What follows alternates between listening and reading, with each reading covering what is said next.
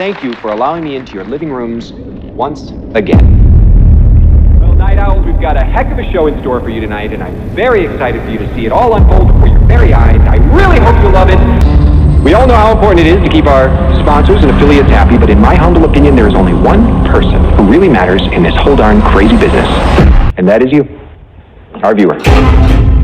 For someone who is a sucker of horror and thriller movies like me, it's always a tough road to find even a decent horror movie. We have to go through exploring a pile of borderline shitty movies to find that one good horror movie that would have a captivating plot and haunting atmosphere and the unpredictability and the scary element that a good horror or thriller movie needs. Late Night with the Devil is an Australian indie movie written, directed and edited by Colin and Cameron Keynes.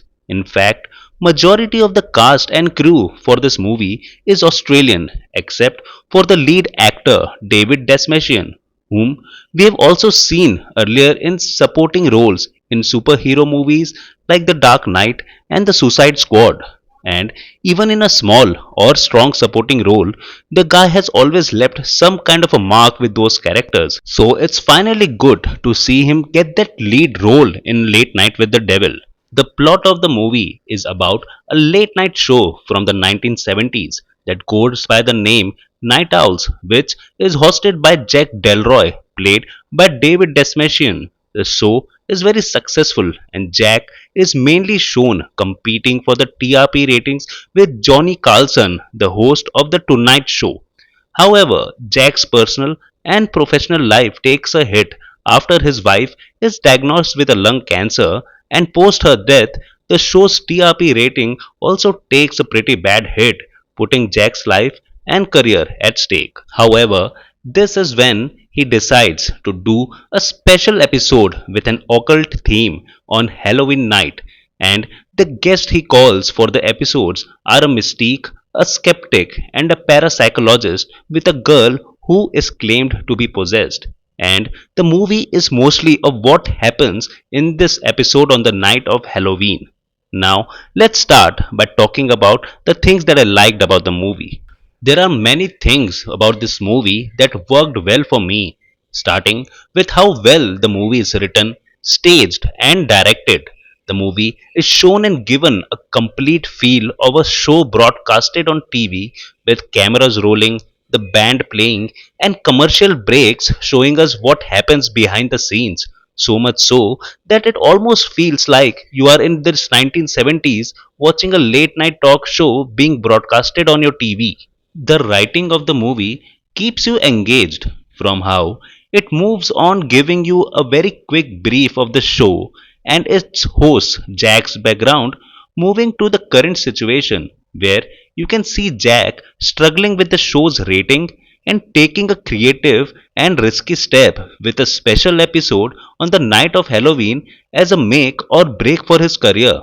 And then the night of the episode, which contributes to majority of the plot with its key guests each making a very engaging and genuine presence to the episode. The guests from the special episode comprise of a mystique who has the ability to communicate with the spirits, and while it all looks cliched, it still gives a very genuine vibe to the movie setup.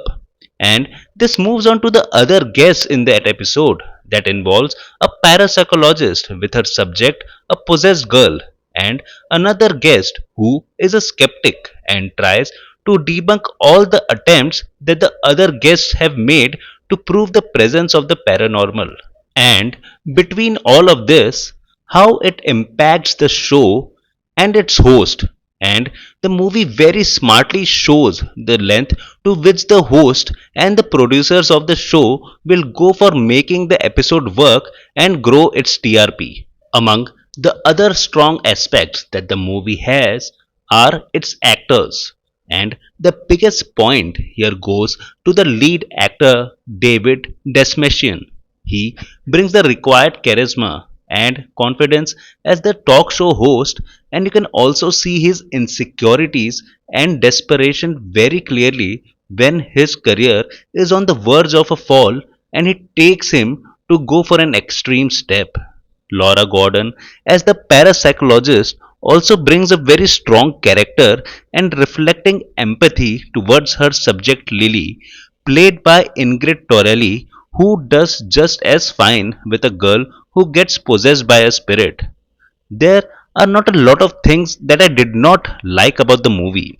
The only thing that I found that could have been better is the final act.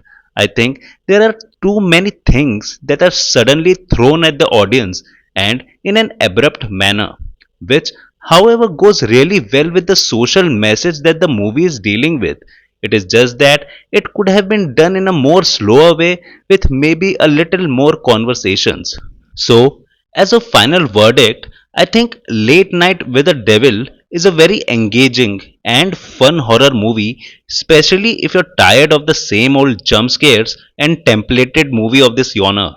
However, if you're looking only for jump scares, I think you can avoid this movie.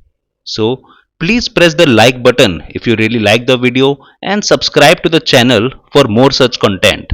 Profoundly disturbing and shocking. You get out there, Mr. Midnight, and you knock him down.